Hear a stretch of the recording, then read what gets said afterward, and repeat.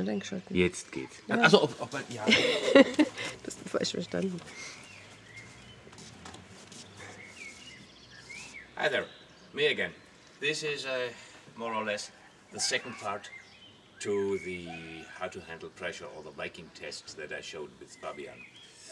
I was talking a lot about the importance of... my camera woman says I have to go back or else I won't be completely in the picture, thank you. See, that's why I love to have camera persons. Anyway, this is about posture. I said a little bit about the importance of posture, and now I'm going a little bit into the nuts and bolts of actually achieving that posture. There are several ways to do this, and in a minute I'm going into why I'm barefoot, because actually those parallel lines in the wooden floor and my toes come in very handy to explain certain things. So, the posture you saw me use in the video was mainly this. You see, this is slightly. My knees are perfectly with my shoulders. This is slightly up. If you see it from the left side, it looks like this. So you see, my leg is not straight. This is roughly a natural step width. If you see it from behind,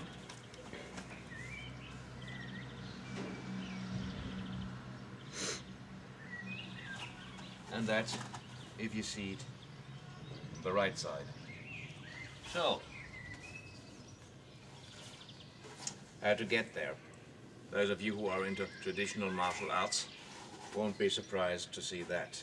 That is the classical Tai Chi posture for Tai Chi standing practice. And by the way, I cannot recommend pole standing practice warmly enough.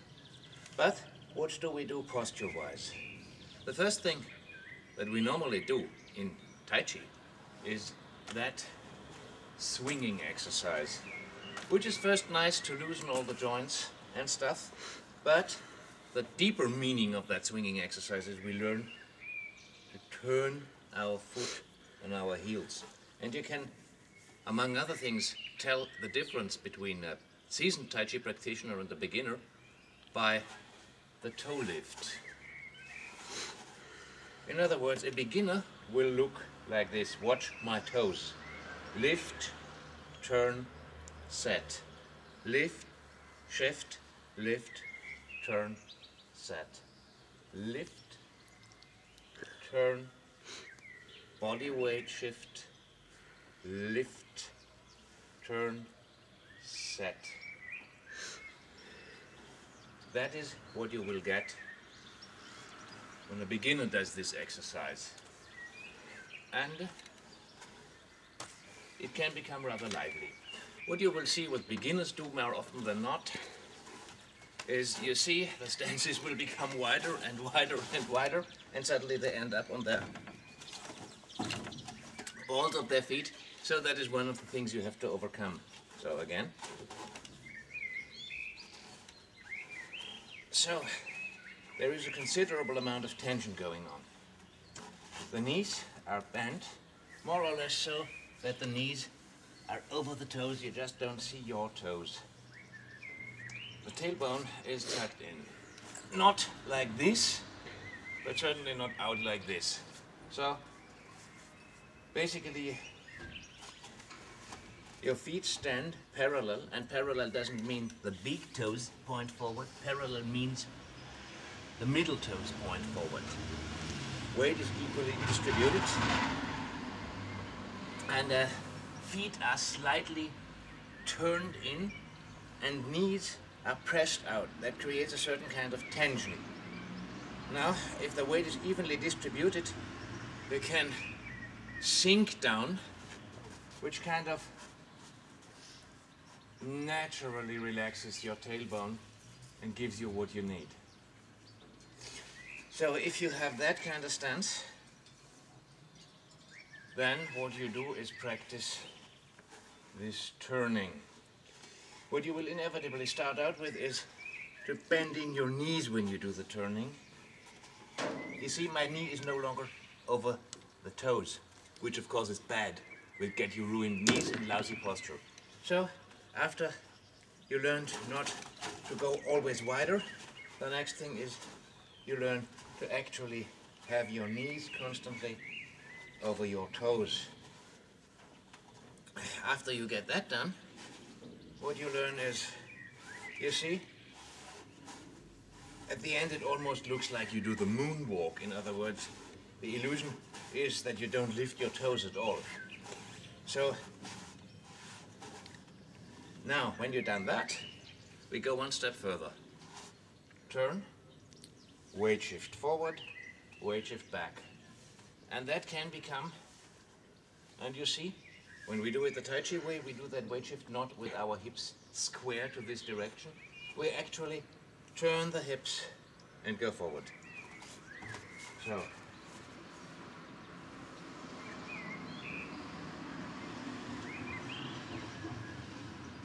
bear with me, I'm still teaching. There's a lot of stuff in there concerning balance.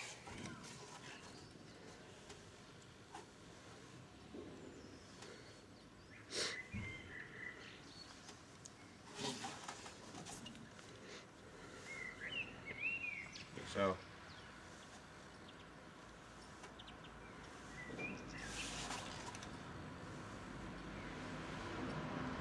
and of course the other side as well.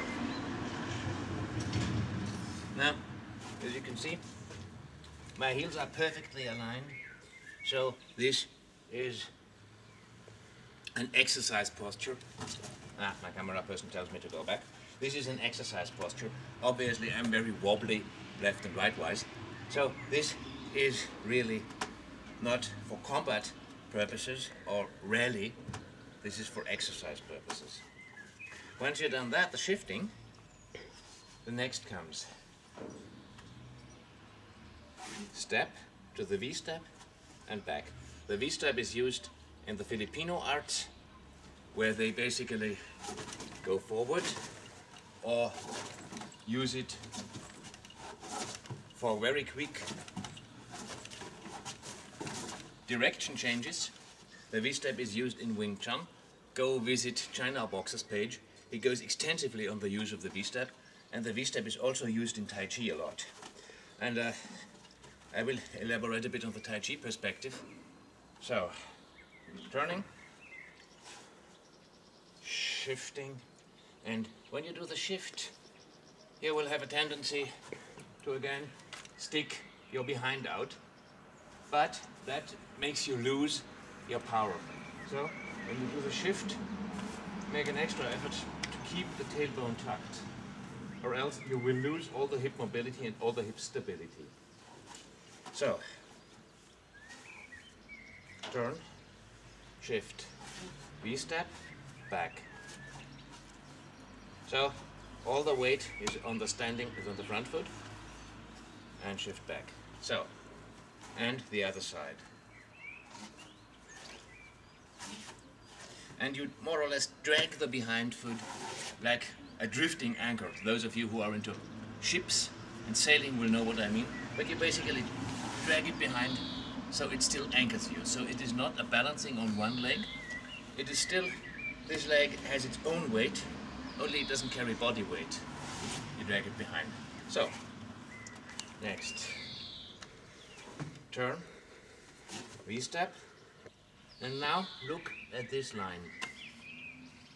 And look that it is not my front toe, but the middle toe that just goes forward. Now you make just a natural step, which isn't so far. Shift the weight. Note that I don't shift the weight square, but I go forward like this. Now I'm turning my hips and square it.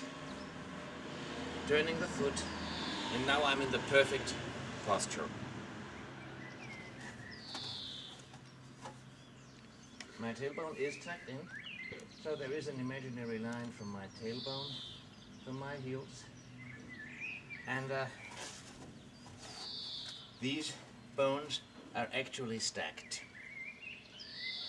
So that is the one way, the very analytical way, how to go about this.